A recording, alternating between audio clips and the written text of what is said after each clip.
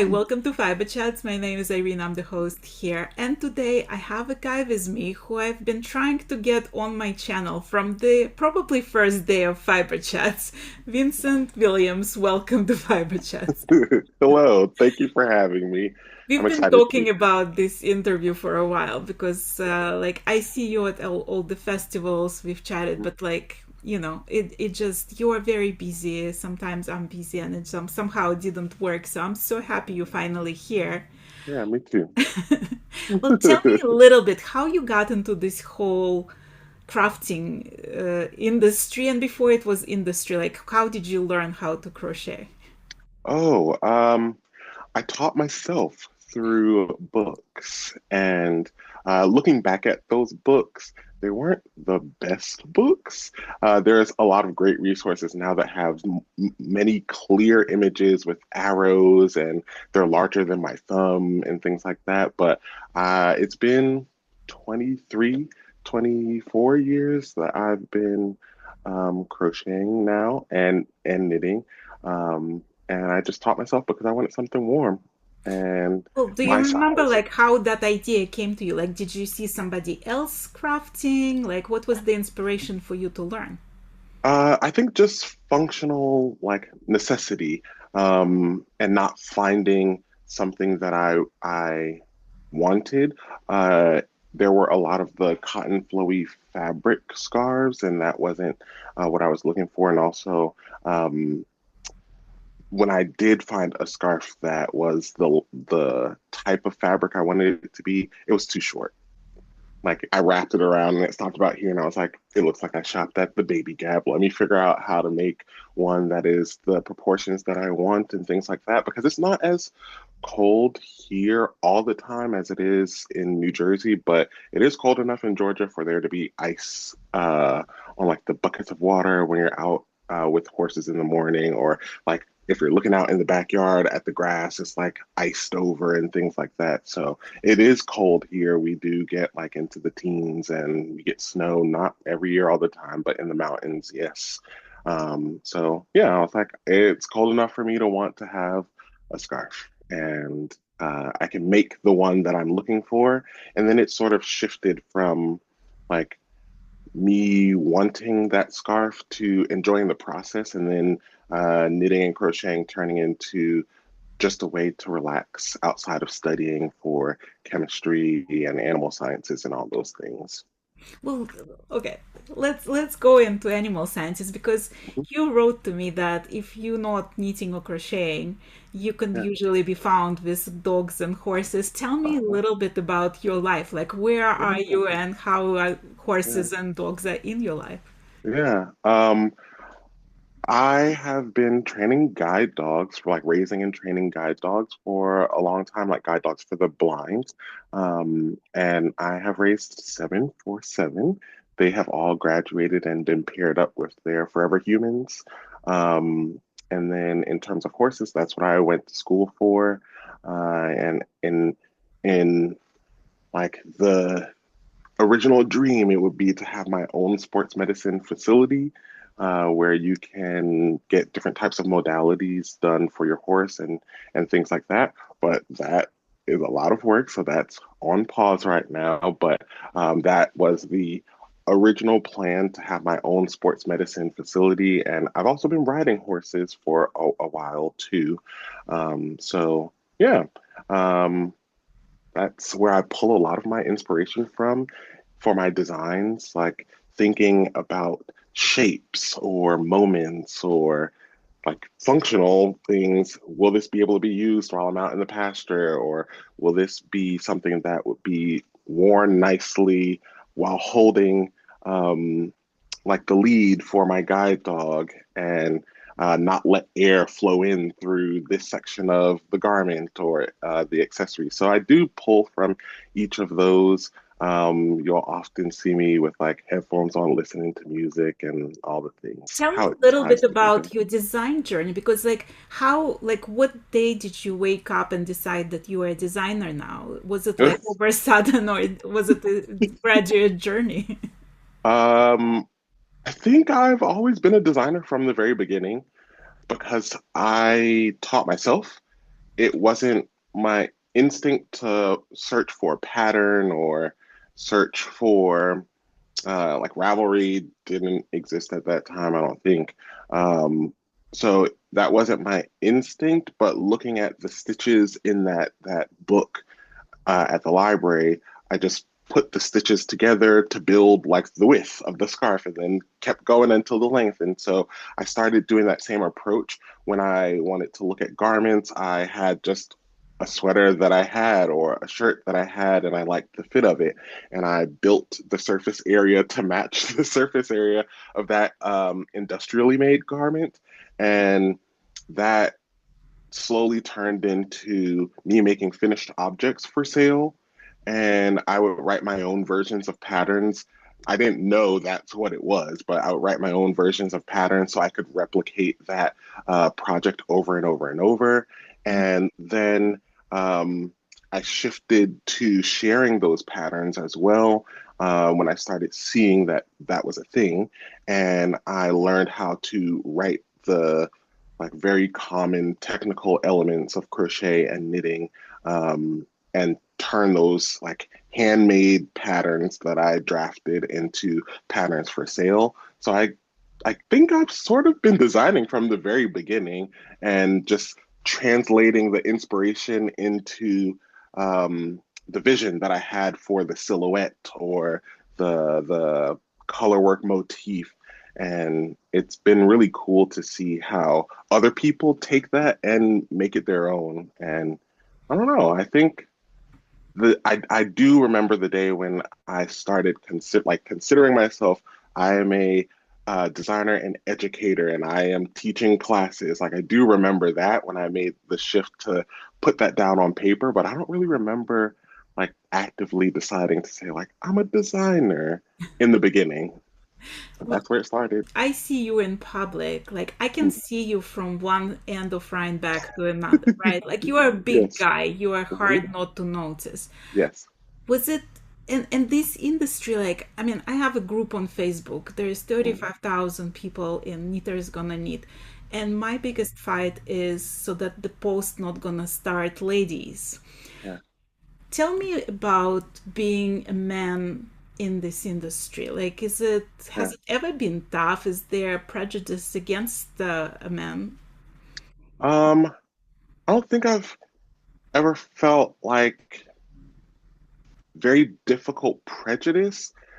It's been challenging in the beginning to find resources on how to make a garment for a men's body block, but that is something that I think is going to be common for a while, just because there aren't as many men's patterns out there. It's going to feel challenging to learn, oh, this is the arm side, or this is the torso length, and this is how it's different between a men's and women's traditional body block.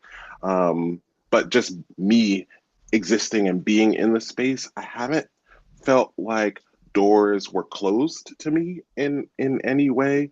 Um, for the most part, I felt very welcome, but there are times when, like going to yarn shops, like people just assume that you are the man who's being sent by like his wife or his mom or his sister. Like you are being sent by someone to purchase the things for them rather than giving you the opportunity to also be someone who is creative and likes to make things. So I have felt that, and being in spaces where like it's multiple things too, like just being a man in the maker industry, but also being like a black man in the maker industry. Like I visited a yarn shop a couple of times, not the same shop, but a couple of different shops, and like you would notice like you being followed around in a shop, and that's not unique to the maker industry, but it would be something that I would notice, and I'm like, all right, I am here to purchase yarn. Like it is yarn, even though theft does happen in any retail industry. It's like that doesn't make it a pleasant experience for you when someone is following you around and not asking you for help. Like I walked into the shop, I wasn't greeted, I didn't get the question presented. If you need help with anything, just give me a shout. Like it wasn't any of that. But as soon as I started picking up yarn, it was, do you need anything? And I was like, we could have asked me that earlier. So that's what I've experienced, but it wasn't like in terms of opportunities and people wanting to collaborate with me as a designer or highlight me, like when I wasn't making designs and patterns, it didn't feel like a company would be like, I'm not going to select his photos for sharing on our social media or in our newsletter. It was really cool to have that experience early on as well, to have my work get recognized, or I don't know, just arbitrarily any yarn company. I'm just going to say Lion Brand, but you know how Lion Brand would say, if you want us to share your photo, use this hashtag in like the OG days of like social media sharing.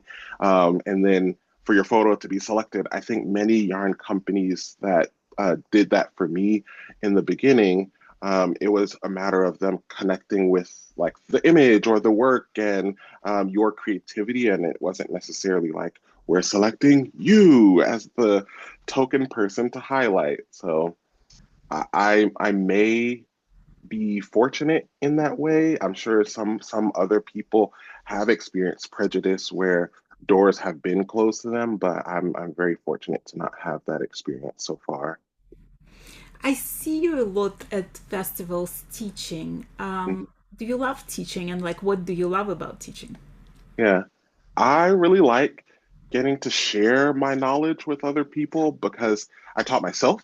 So it's really cool to see the aha moment uh, and be there for someone else's aha moments, because I remember having those moments and then not knowing who to tell, who would get it, because you might tell a friend who's not a knitter or crocheter and you're like, oh my gosh, I picked up all these stitches along the side of this cast on and it looks so clean. And I worked for 4 hours on it, and they're like, okay, that's nice.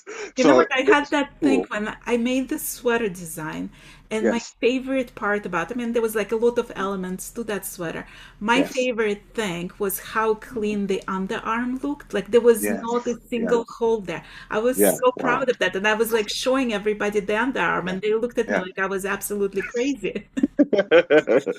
Yeah, it's weird because our industry, like if you're not a maker, you might not get it, and it doesn't have the same weight, the same value. Like it's something to really be celebrated, because that underarm hole can really take the wind out of your sails when you worked really hard and it shows up. So I don't know, I like that. And um, at festivals, it's really cool because you get that in person energy exchange where like you see they're like glossy eyed and it's not connecting, like you're trying to explain it. So I'll take another trick out of my bag of tricks to try to get it to connect with them in a different way. And so it's really nice to have that in-person element of teaching at the fiber festivals, because I like being around people and um, trying to help where I can, or if I don't know, I'll point you in the direction of someone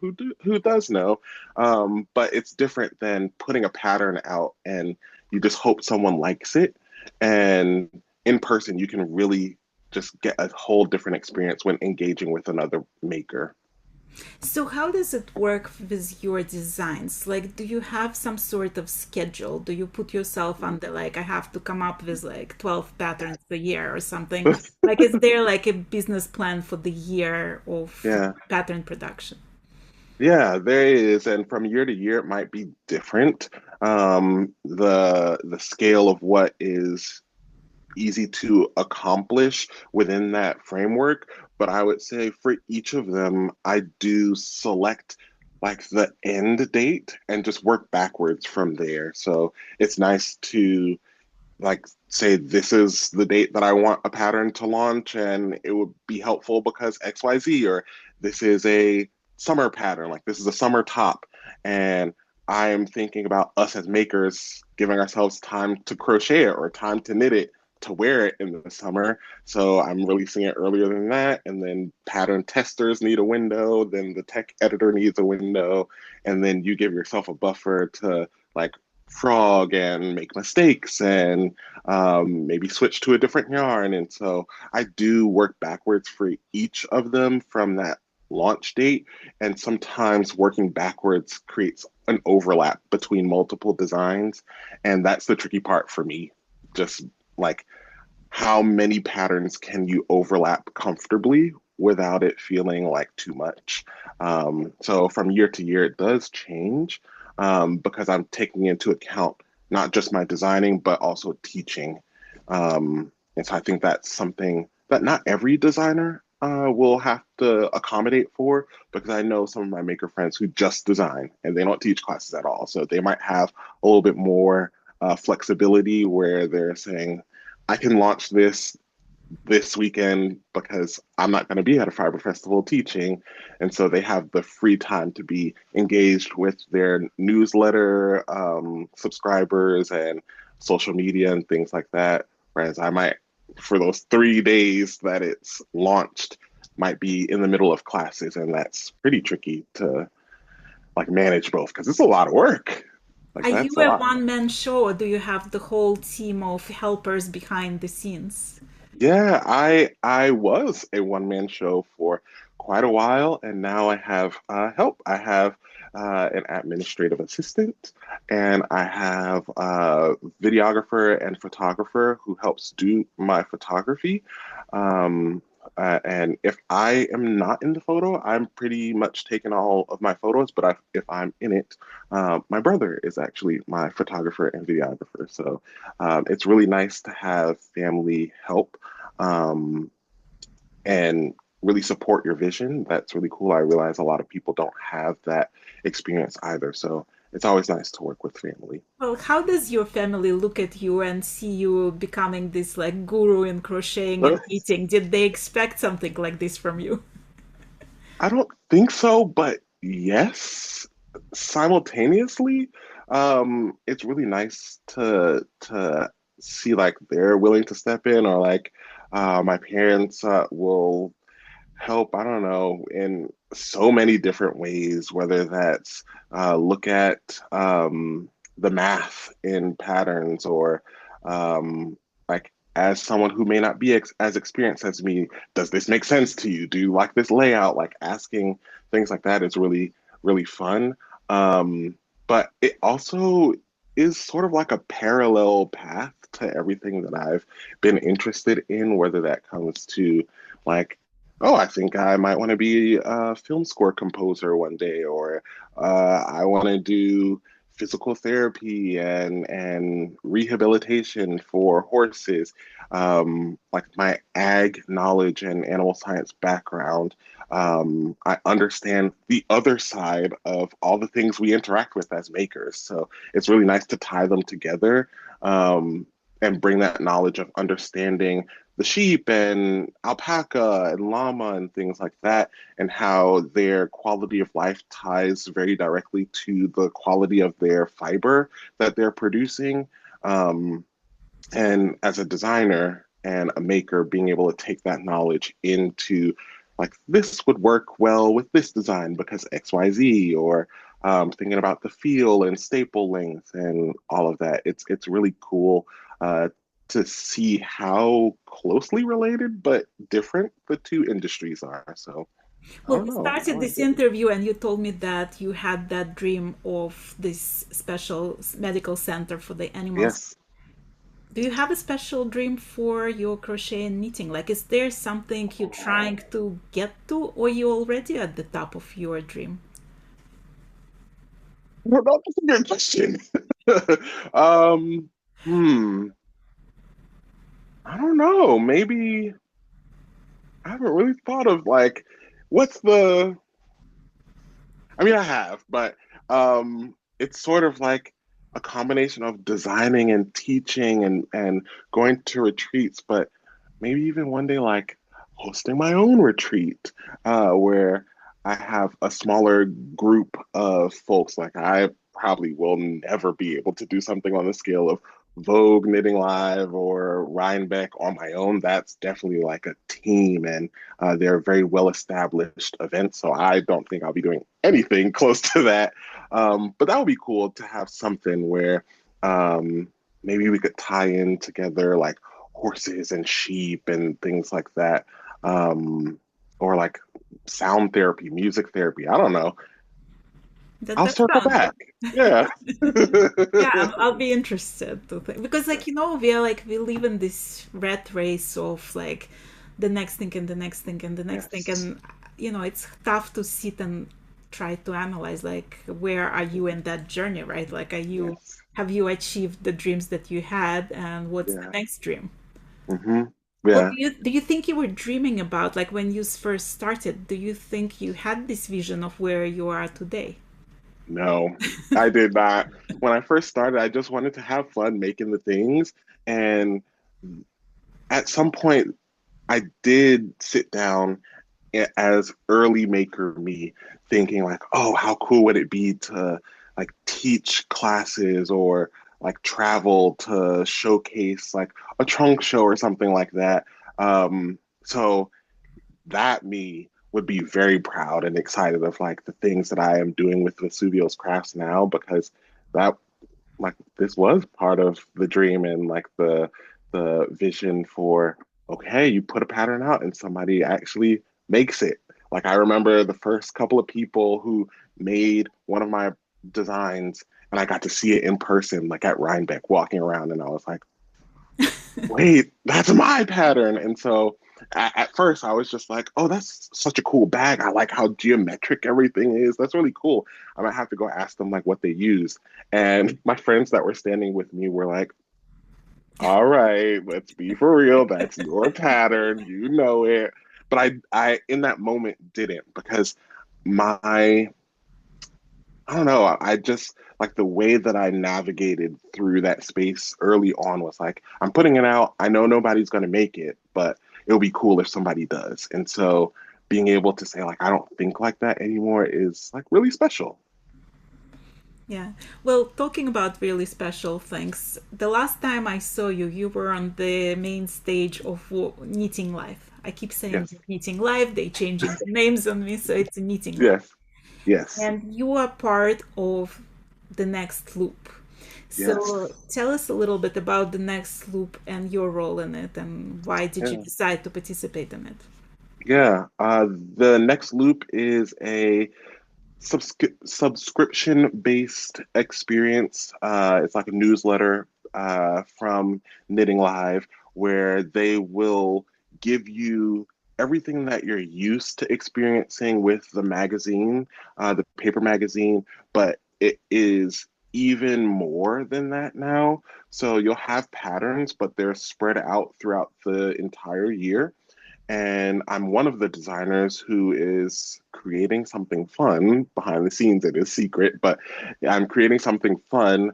And each designer has a slightly different technique that they're doing, even though the whole collection is very cohesive. This first wave of designs is very cohesive.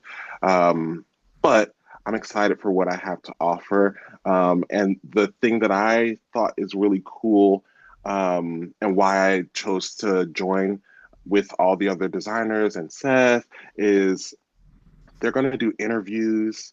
You get to sit inside of the design headspace of each of the designs, each of the designers, and you get other things than just like a pattern. There might be some fun storytelling. You get to experience maybe like information about yarn companies and get a deeper look into the inner workings of those yarn companies. I'm not sure. I'm not the person putting it all together, but I'm excited to see because as a designer, it is fun to submit my offerings, but it's also cool to be a part of the maker world and see what other people are going to produce and see the types of information they're going to put in the newsletter. Well, how much time do you have in your busy schedule? Because it sounds like you do a lot of things. How Mhm. much time do you have to actually sit down and knit or crochet something? Not enough. I wish there was more. There needs to be like um a 26-hour day, just so you have those two extra where you dedicate it to just knitting and crocheting. But I do work very hard on trying to balance that all. I would say most days I try to give myself a minimum of an hour to be able to physically knit and crochet on a for fun project, not work things, but a for fun project, like an hour. Even if it's broken up and it's like you had 30 minutes this morning and you have 30 minutes at nighttime when the day is wrapped up. But for work things and designs that I'm working on, I definitely give myself at least 2 hours broken up throughout the day. And I have done a really good job with scheduling the week so that I know like this is my flexible day for admin and um, conference calls or like fun interviews. Like I know I have like the flexibility on like this specific day of the week where this is a blocked flexible window. And then I also have a scheduled day off where I do I have to nothing. tell our audience how this conversation happened. So I Hmm. was walking through a restaurant and Yes. meeting live with Keith Leonard, who was Hmm. supposed to, we were supposed to find some spot where he could take picture with the shawl that I designed and he dyed yarn for. And That's pretty. suddenly you jumped out of the table where you were sitting with the friends and said, Hmm. does any of those dates work for you? And you pulled your phone and you had Hmm. ready like few dates. So Hmm. to me it was Yep. like so funny that like you so planned, that you thought about something and you looked at your calendar and you said, you Yeah. know, if I'll see her, I'll offer her those 2 dates, you know. Yep. Yep. Yeah. But it was important to me. I thought even when you asked me way back when, I was like, oh, this would be so fun. But like then the organization that I had is not what I have now. So it's really nice to be able to find like what works for me because I know I'm a paper agenda planner person, but when you work with a team and you work with like other people, it's important to have like the digital calendar that you see all of the things simultaneously, like events and classes and teaching at my local yarn shop, and it makes it easier. So Well, it's walk me a little bit through your design process. So you mentioned mhm, that when you work with horses or with dogs, they inspire you and you get inspiration from that. yeah, How does it happen? Like, do you come up with the idea? Do you write it down somewhere? Do you sketch something first? How yeah, long does it take between the first initial, like, you know, idea, the inspiration, and it's yeah. actually becoming something? It varies from project to project, but normally I'll get the inspiration. Um, like for example, my rolling pasture shawl. That one was really fun because I was outside and in the fields when I was riding up one of the hills, I saw the like shape of the other hills lining up really perfectly, and I was like, "Oh my gosh, that kind of reminds me of like cables and how like the cables are like going one after the next." And so from there, I knew I had to like take a mental snapshot. And what I did was leave myself a voice note, like throwing up all of my ideas. And then also, when I got home, I sketched it out on my iPad so that I could have the shape that I saw first and then not let any like other future, like, oh, this would be cool to put in, like anything sidetrack me from that vision. And so I try my best to do that, like take a voice note or write it down in my phone. And then I have a design journal that I keep. It's actually right here. So it's easy to like put all of the written ideas down and then I'll sketch it on my iPad so that I can test out colors or shapes. And that's very helpful.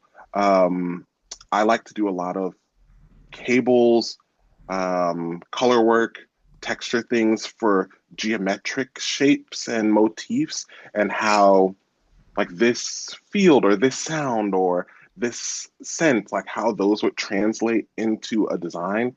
And drawing it really helps before you even purchase yarn or purchase your like stash, uh, shop your stash. And I will from there start to experiment with the actual knitting and crocheting. And that could be quick. That could be I did a little swatch and the idea works perfectly. I might draw some charts up, and that could be just like a couple days or a couple of hours. But I think the simpler the motif, the easier it is for you to fly through it. If it's a more intricate construction, then it's going to take me a while. But I think generally the idea can be done from like original inspiration to at least a swatch within a couple days. Do you do your own sample knitting, or do you have sample knitters for that? Nope, I do it myself. It's nice to be able to experiment with like your shaping or your rate of increase and decrease and not feel like you're pestering someone else like, oh, I actually don't like that, can we undo it and change it? So I really value being able to put my hands and like my own magic into the project, but it is also nice to have help. So there are some projects in the future that I am working on that I will have sample knitters for. Like if it's just a non-shaped item, I don't mind passing that on and letting someone else take the baby and care for it while I am working on something that I wouldn't want to like feel burdens a sample maker, because I appreciate their time and things like that. So it's been very helpful to be able to delegate little things like that. Well, you mentioned that you use testers for your projects. What are you looking for in a tester, and Mhm. who can become your tester? Like how difficult it is to Oh, become your tester? yeah. It's not particularly difficult. The things I look for are your level of experience with the specific techniques within the pattern so that you don't feel overwhelmed and it's a steep learning curve while you're part of the testing process. Um, I want folks to also be able to use like the weight of yarn and get the gauge that they see I have. I don't necessarily need you to be the best photographer in the world, but I would like to see some of your other work so that I can get a feel for, oh, these are the types of things that you like, or um, if this is a garment, would you be comfortable with me sharing it on my newsletter or sharing it in like the pattern listing so people can see the same garment on different bodies? I don't know. Other than that, I do record video tutorials for the complex elements of certain patterns, so the testers would have access to those video tutorials as well. Um, they might need to change if I change something in the pattern, but I don't think it's pretty difficult to become a tester of mine. I would say I have a form that you fill out for each pattern. And there is a like tester newsletter, but there's also a call that I would put out on social media when I'm looking for folks to give me some support with different designs. And Well, I design in both crafts sometimes, so it's nice to know, like, all right, you might not knit, but you do crochet. And there are a few where it's like I'm including both designs, both crafts in this one design. So sometimes you do need to know both. when you first started, you were doing something for yourself just because you couldn't find it in the mass market. Mhm. Nowadays, you come into the festival, you see people wearing your patterns. And Yeah. what's your favorite part about being part of the and crochet community, crafting community? Hmm.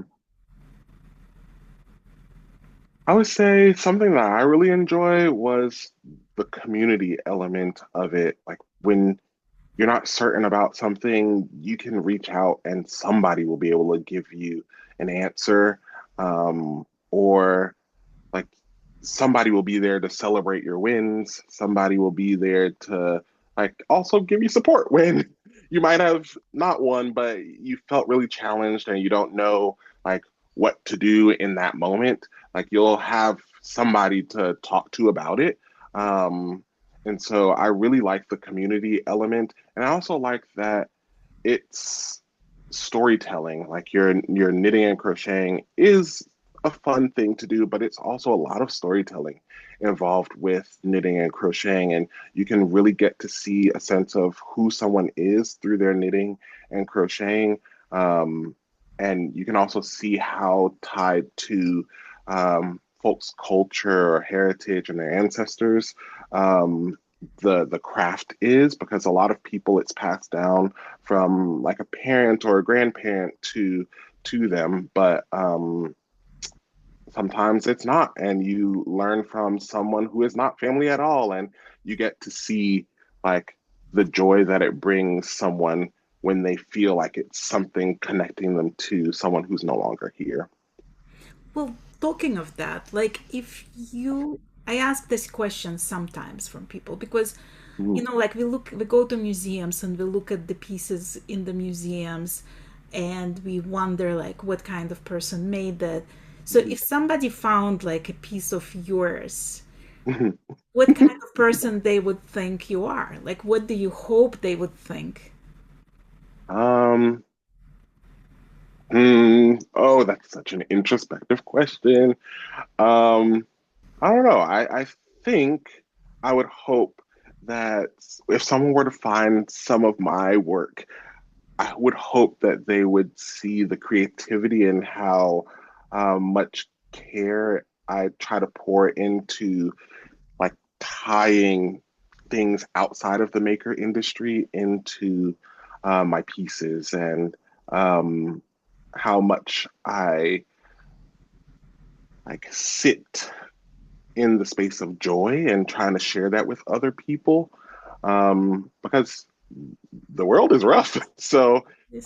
I try to like always give somebody the space to have joy and peace in the crafting world, because it can be whatever you want it to be, like whether or not it's your way to process grief, or if it's just joy, or if it's like being present and not having to think about anything else, or if it's like, oh, I get to spend time with my grandma, because like she remembers how to knit and crochet, even though she doesn't remember me, if she's like experiencing like memory challenges and things like that. And um, I remember like one of my designs, the Our Hand shawl, someone reaching out saying that it was really special for them to have that design during quarantine, because she only crochets and her mom only knits, and they weren't able to spend time around each other. And so they, because it's a design that has knitting and crocheting as you progress through it, one person would have the shawl, and they did two. One person would have the shawl and be working on their respective craft, and then they would mail it to the other person, and they would then take on the mantle for the next section that would be like knitting or the craft that they are familiar with. And so it's really cool. I think that was like a very powerful story that she shared with me when we were at Rhinebeck. Because, yeah, like knitting and crocheting is fun, but it's also a way to keep us connected. And hopefully that's what somebody would see if they were to find my things in an archive of culture.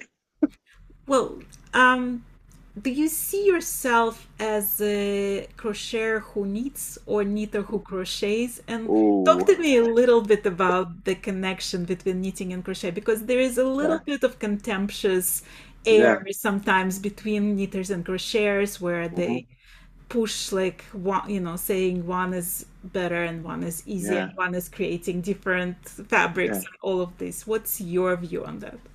Hmm. I would say because I learned crochet first, I would probably consider myself like not thinking about it too much. But if I had to like boil it down, I'd probably consider myself a crocheter who also then taught himself how to knit. Even though I do both pretty 50-50, So I don't really think of myself as one or the other. I think of myself as like both, like just a maker who does each craft.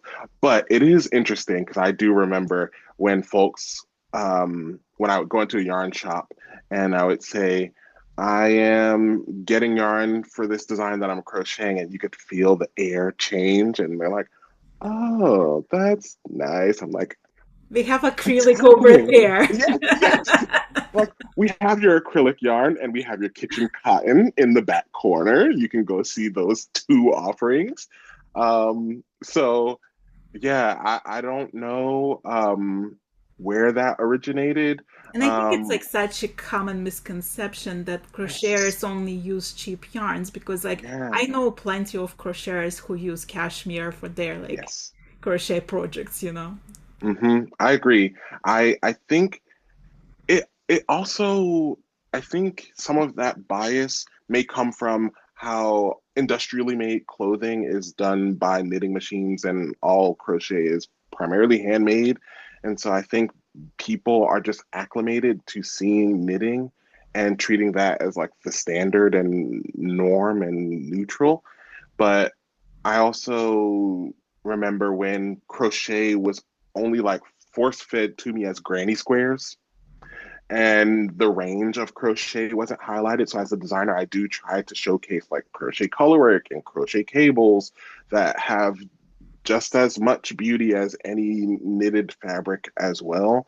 And so I think when I was learning, that was what I noticed and why I could see why someone held knitting on a higher pedestal than crochet because it might just remind them of like that one very itchy granny square blanket on the back of grandma's couch. And that's not what crochet, that's not the entirety of what crochet is. So it's really nice to see people showcase the range of both crafts. Actually, really Because, like lately there's been this whole movement toward using both crafts in one garment. yeah. So they would Hmm. have like let's say knitted body and then crocheted sleeves. And Yeah. I love the look of it, but I also love the concept behind it that like Hmm. if you know I mean it's like language, right? Like Yeah. it's some people are bilingual, others are bistichual. So Yeah, yeah. Yep. I agree. I like it. It's cool to see how it functions because sometimes like the stitches truly do function differently and I might want like the structure of this one or I might want the ease of creating the drape or the ease of creating eyelets because I don't think I'd want to knit all over lace if it was lace weight yarn and 000 needles, like that would be a lot of stitches. And so I'd rather like double crochet and chain to create that eyelet and then still use the lace weight, but feel like I'm progressing through the fabric a little bit more and not worried about like stitches falling off and like having a lifeline through it. And it could probably look the same in terms of the motif of that lace work. So I don't know. I like being able to have both crafts in my tool belt, not just one. you know how there's this concept that knitting and crocheting and crafting in general it's to relax you, it's to bring you peace. Does it ever stress you out? Do you ever get into the situations when you're fuming? Yes. Yes. Like when there are some times when a design is fighting back so hard and you're like, I gotta go. I gotta take a break. I need to give you time out so that I can come back with fresh eyes because the shape is just not doing what I have in my head. And um that could be a moment where you may need to find a new technique or a new construction to achieve the same goal. So I know that there have been times where I'm like very early on, like when I was teaching myself, it's hard because you don't know what you don't know. It's a lot of language and terminology that is not non-maker terminology. And so if there isn't a movement attached to that word, you might not know that it is very important to be direction specific with your yarn over versus your yarn under, or front loop versus back loop, or go through both. Like all of those things felt very challenging in the beginning because I was just reading through books with no movement attached to those words. But now that I understand those things, it can still be a similar level of stress where you're on the verge of like, I have a headache.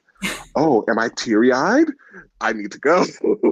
I need to go because this is fighting back to the point of me being like, all right, this is going in the fireplace because there's no more fixing it. And I'm starting with a different design. So I'm sure that other designers have the same experience of like, there's this one design that is sitting half finished and it's never gonna come to fruition. But there there is value in taking a step back and maybe exposing yourself to a different technique because that one worked. Like I remember trying to get like a very round colorwork motif and I was working flat and the number of pixels that I needed for that needed to be like a lot more stitches to make that curve really smooth and not like a jumpy. Right. And so, like, not knowing that, I was like, why is this not working? And so I just chose to start it from the center and do rounds so that the actual piece of fabric is a circular piece of fabric. And then I crocheted around that to make it square. And then that helped me. But if I tried to stick to the original, like, tapestry crochet rows of going back and forth, it would have been a pixelated like stop sign rather than a very round spherical ball of ice. I don't know. I'm just making this shape up, but that was a shape that I was struggling with to get it to be very round. And it frustrated me to no end. And so being able to say, okay, put on a different hat or a different glass and see like, okay, how can I approach this from a different angle was very helpful. And I don't think that that design would have come to fruition if I tried to stick in that original lane and force it to happen. Or it could have just been huge. Yeah, nothing wrong with that. Yeah. Well, I mean, when you started, you talking about like learning from books. Hmm. Now there is like a ton of information, even though it's still very difficult to find usually the information that you're specifically seeking. Like to find Yes. that exact formula is usually hard. Hmm. Do you feel like you're still learning something from knitting and crochet? Yeah. Yeah. All the time. There's a lot of new to me like yarns or new to me techniques and stitches and how to construct something. Like you might find like this new way to put in a buttonhole, and you're like, I could have used this 10 years ago. And so it's really cool to see that the learning never stops. Um, and that's why I value talking to people. Because I remember talking to Hohi for like just a few moments, and then learning something new based on what she was doing in one of her designs. And I was like, I would have never thought to do that. That's so cool. Maybe I might take that technique into when I'm trying to make something for myself in the future. Like this will just be easier to like double yarn over or like whatever the project is. Like it's something that you might learn from someone else. And I really like that. So I think going to stitch nights and hanging out with people at fiber festivals in the lobby of a fiber festival, you'll hear something and you're like, wow, that was worth coming here. That was worth all of my travel funds just to be able to like get that new idea plopped in my head. So When you think about other designers, do you see them as colleagues, competition, both? I always think of them as like colleagues, or sometimes I think of them as like my inspiration, because there are many powerhouses in the fiber arts and the craft space that have been doing this for decades, way before I was even born. And so it's really nice to be able to consider many people my colleagues, but I don't really think of any of them as my competition because there's space for all of us. We do something different, even though we're creating things with needles and yarn or hooks and yarn. Our specific brand of storytelling and what we like to create is going to be very unique to us, and that might not be what is everybody's cup of tea, but you might have somebody who is very inspired by what you do, and it might be just a cardigan, like somebody else has a cardigan, but the way you explained it, or the techniques you put into it, or the fact that you have video tutorials or photo step-by-step photos, like somebody just might connect with that version of how you present your information in comparison to someone else. And so I feel like there's always space for all of us. We're not necessarily competing to do the exact same thing. It might feel like there's only a certain number of spots, like in a magazine submission, like there's only a certain number. So in that element, we are competing to like place our work in certain spaces, but there's always space for everybody to do something. And so I always think of everybody as just peers doing their creative thing. Well, I see a few skeins of yarn behind you, but what's your yarn stash is actually looks like? Um, it sort of looks like that. Like that's some of it over there. There's some of it over here. But it looks like things in bags, like in the original packaging, stacked up. Um, and I think I have a lot of DK weight yarn, worsted weight yarn, fingering weight yarn.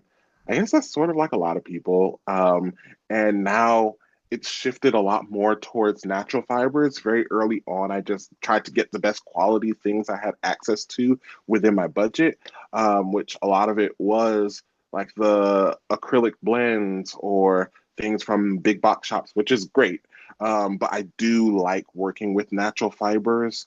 And so now I can see in my like my yarn pantry, my palette, a lot of it is natural fibers.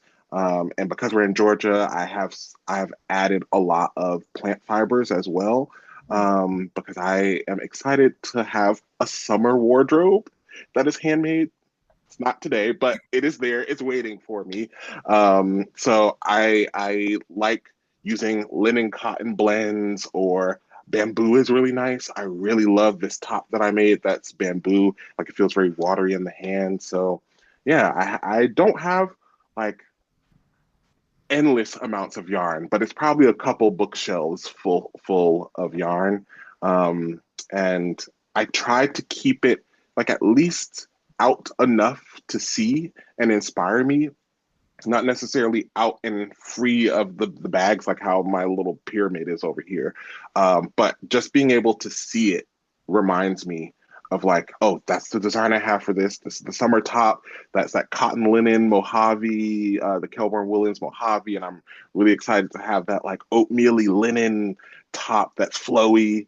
Um, but if it was away in like a bucket in a like the storage bucket somewhere, I think it would allow my mind to forget about it. And so I do try to keep much of my yarn in a visible area to keep it connected to me. Right. Well, I always say that whatever is happening on Fiberchats stays on Fiberchats. So Vinod Yeah. Gumatel, can you share with us like what's on your hook and needles? Oh, yeah. I for one of my friends' birthdays, I am working on a sleeveless vest. Um, and it's a for fun project. It's not a pattern. I know my friends are going to be like, so when is the pattern going to be released? This was the swatch that I had going. Um, I love the color. yeah. So the theme for her birthday party is pastels and prosecco. It's going to be like on a How boat. perfect. Yeah, and I was like, oh, that's gonna be fun. And so I have this, and then I have like a light sagey green, like it's a soft green. But this was just the swatch, and I'm really happy with how it's turning up. It's really Um, pretty and it's very Thank you. drapey. Yeah. So that's what I have going on my hook right now. And then I also have something on my needles. It's just a poncho. That is a project I can do when talking to people. And it's just stockinette. And I'm really excited about it. It's like a nice mustard yellow. And it's a silk, a silk. And so I that's also going to be flowy and drapey. But I am almost done with a design for my next loop project. So I cannot that wait. So design is, this is yeah. gonna come out, the first issue is gonna come out in August, right? Right. And I don't think I am the first person up. I think mine is a little further in, but I'm excited to see whatever the other designers are Yes, I'm making. very curious about that one. Hmm. Well, Vincent, I want to thank you so much for being a guest of my channel. It's always a Yeah. joy to see you at the festivals, and I'm glad that Yes. we had this chance to sit and chat. Yeah, me too. Yeah. Hopefully we can do it again. I know I'll have something really fun to share about in the future that you would Um, love to hear about. you have an open invitation to Fiberchat, so whenever you feel like Thanks. it, just poke me and we'll make it happen. Okay. I have my agenda planner. It'll be there. Yeah, put it for March 12th of 2028 or something. I will. Thank you so much, Vincent. Yeah, thanks for having me. Okay, we did it. You see, it wasn't that bad. Yeah, that was great.